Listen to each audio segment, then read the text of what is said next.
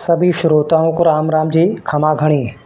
मैं केसर राजधानी YouTube channel के माध्यम से सनातन धर्म के प्रथम पूज्य देव भगवान श्री गणेश जी के बारे में कुछ जानकारी लेकर आप लोगों के बीच आया हूँ। सनातन धर्म में भगवान श्री गणेश को आदिदेव कहा जाता है। ओम वक्रतुंड महाकाय सूर्यकोटि संप्रभ निर्विघ्न हरण सर्वकार्येषु सर्वदा। भगवान गणपति के शरण में कोटि कोटि नमन। भगवान श्री गणेश जी के अवतारों और उनके रूपों की कहानियाँ गणेश पुराण में मिलती है। इस ग्रंथ के अनुसार भादो महीने के अमावस्या के बाद चौथे दिन यानी भाद्रपद की शुक्ल चतुर्थी को भगवान गणेश का जन्म हुआ।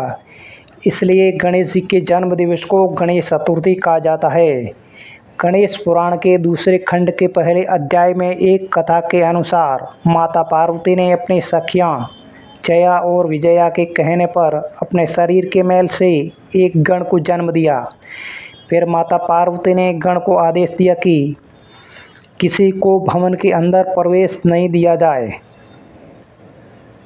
जब इस बालक ने भगवान शिव जी को अंदर आने से रोका तो भगवान शिव ने अपने गणों को युद्ध के लिए भेजा। तो बालक ने पहले सभी गणों को, फिर ब्रह्मा विष्णु सहित सभी देवताओं को युद्ध में हरा दिया। तो देवताओं के हारने पर भगवान विष्णु के साथ शिव जी युद्ध में उतर गए। तब विष्णु जी ने सल करके बालक का ध्यान भटकाया और शिव जी ने अपने त्रिशूल से उस बालक का सिर काट दिया। यह देखकर माता पार्वती क्रोध में आ गई तो उन्होंने अपनी असंख्य शक्तियों को जागृत कर संसार में प्रलय लाने का आदेश दिया।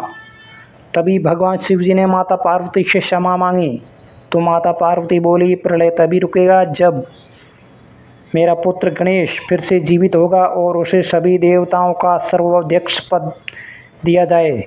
तभी भगवान शिव जी ने सभी देवताओं को आदेश दिया कि उत्तर दिशा में जाओ और जो भी प्राणी प्रथम दृष्टया में मिले उसका सिर काट कर लाओ। तो सर्वप्रथम एक दांत वाला हाथी मिला तो उसका सिर काट कर लाया गया और सिर को जोड़कर भगवान ब्रह्मा विष्णु और महेश ने गणेश जी को फिर से जीवित कर दिया। साथ ही वरदान दिया कि तीनों लोकों में सर्वप्रथम पूज्य देव गणेश कहलाएगा। एक दंत कथा के अनुसार देवताओं में विवाद पैदा होने लगा तो सभी देवता शिव जी के पास गए। तब शिव जी ने एक प्रतियोगिता रखी कि सभी देवताओं में जो पृथ्वी की परिक्रमा करके पहले आएगा उसको ही प्रथम पूज्य देव माना जाएगा। तो सभी देवता अपने अपने वाहनों पर परिक्रमा के लिए निकल पड़े। तो गणेश जी ने भी अपने वाहन सुए पर सवार होकर अपने पिताश्री भगवान शिव जी और माता श्री पार्वती जी की परिक्रमा करके वहीं पर बैठ गए।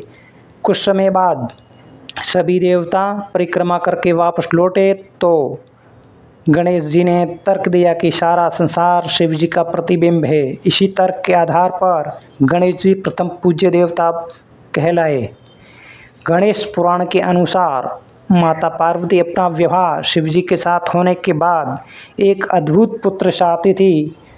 तभी शिव जी के कहने पर माता पार्वती ने एक पुण्यक व्रत किया। जब माता पार्वती को पुत्र हुआ तो इस अनूठे पुत्र को सभी देवता देखना चाहते थे। तो शनिदेव भी इस बालक को देखना चाहते थे, लेकिन शनिदेव को अपने पत्नी का श्राप था कि आप जिसे देखोगे उसका टुकड़ों में परिवर्तन हो जाएगा। भगवान शिव जी से आज्ञा लेकर शनिदेव ने उस छोटे बालक को टेढ़ी दृष्टि से देखा तो देखते ही उस बालक का सिर धड़ से अलग हो गया। फिर भगवान विष्णु खुद उत्तर दिशा में गए। क्योंकि पार्वती का व्रत विफल न हो इसलिए सर्वप्रथम एक हाथी दिखा तो उसका सिर काट कर ले आए और हाथी का सिर बालक के सिर में जोड़कर उसे फिर से जीवित किया गया। उसी समय ब्रह्मा विष्णु महेश तीनों ने आशीर्वाद से गणेश जी को सर्वप्रथम पूज्य देव माना गया। गणपति भगवान का हर युग में अलग अलग अवतार है। पहला है सतयुग। इस युग में भगवान गणेश की सवारी सिंह थी। जो कृतयुग अर्थात सतयुग में कच्छप व अदिति के यहाँ श्री अवतार महोत्कट विनय के नाम से जन्म लिया। इस युग में राक्षसों का संहार कर धर्म की स्थापना की तथा अपने अवतार की समाप्ति की। इस युग में गणेश जी का वाहन सिंह तथा उनकी 10 भुजाएं थी। दूसरा है त्रेता युग।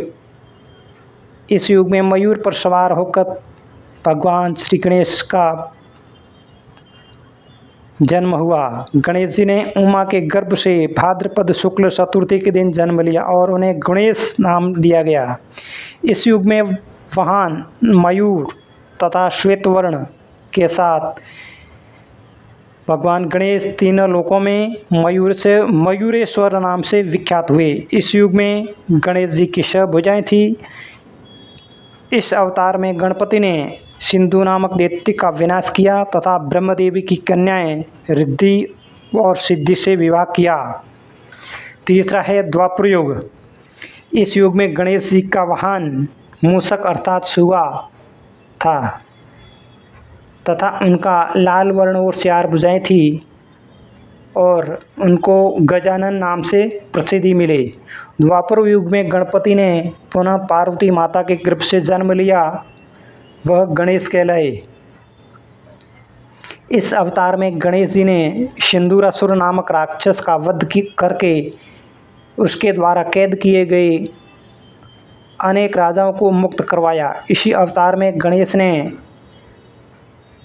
वरेण्य नामक अपने भक्त को गणेश गीता के रूप में शाश्वत तत्व ज्ञान का उपदेश दिया। कहा जाता है कि द्वापर युग में ही ऋषि पराशर के यहाँ गजमुख नाम से जन्मे थे। उनका वाहन मूषक अर्थात सुआ था, जो कि अपने पूर्व जन्म में एक गंधर्व था। इस गंधर्व ने शोभ भरी ऋषि की पत्नी पर कुदृष्टि डाली थी, जिसके चलते इसको मूषक योनि में रहने का श्राप मिला था। गणेश जी को पौराणिक पत्रकार या लेखक भी माना गया है, क्योंकि महाभारत में लेखन का कार्य गणेश जी के द्वारा किया गया है। इस ग्रंथ के रचयिता वेदव्यास जी कहलाए, लेकिन लेखन का दायित्व भगवान श्री गणेश जी को दिया गया था। अंत में वह चौथा कलयुग। इस युग में गणेश जी घोड़े पर सवार होकर कलयुग के अंत में अवतार लेंगे। इस युग में उनका नाम धूम्रवर्ण यानी शूर्पकर्ण होगा। वे देवदत्त नामक नीले घोड़े पर 4 भुजा से युक्त, उनके हाथों में खड्ग होगा। वे अपनी सेना के द्वारा पापियों का नाश करेंगे और सत्युग का सूत्रपात करेंगे। इस दौरान वे कल्कि अवतार का साथ देंगे। अभी गणेश जी की सूंड के बारे में बताया जाएगा। सूंड की क्या विशेषताएं हैं। अगर गणेश जी की तस्वीर में सीधी सूंड हो तो ये रूप ऊर्जाओं को संतुलित करने का प्रतीक माना जाता है। भक्तगण भी संतुलन बनाए रखने की कामना करते हैं। अगर भगवान गणेश जी की सूंड ऊपर की ओर उठी हुई हो तो वह रूप आध्यात्म को जगाने वाला माना जाता है। यह रूप कुंडलिनी शक्ति को जागृत करता है। अगर गणेश जी की सूंड दाईं ओर घूमी हुई हो तो भगवान गणेश जी का यह रूप पिंगला नाड़ी से जुड़ी पौरुष ऊर्जा का प्रतीक है। इन्हें दक्षिणामूर्ति गणेश भी कहा जाता है। ये सिद्धि और साधना के प्रतीक माने जाते हैं, इसलिए सिद्धि विनायक भी कहा जाता है। यह रूप सामाजिक बल बढ़ाने या किसी योग को सिद्ध करने की कामना करने वाला रूप माना जाता है। अगर गणेश जी की सूंड बाईं ओर घूमी हुई हो तो यह रूप ईड़ा नाड़ी से जुड़कर शरीर के चंद्र प्रणाली पर असर करता है। यह रूप स्त्री शक्ति का प्रतीक है। इससे मानसिक शीतलता, सुख और आनंद की प्राप्ति होती है। अभी आगे गणेश भगवान के रूप का प्रतीक्षण।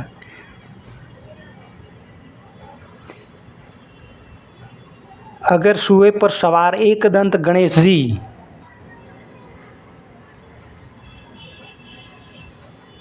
को एकाग्रता का प्रतीक और सुहा इच्छाओं का प्रतीक माना जाता है। ये रूप एकाग्रता के साथ इच्छाओं को नियंत्रित करता है।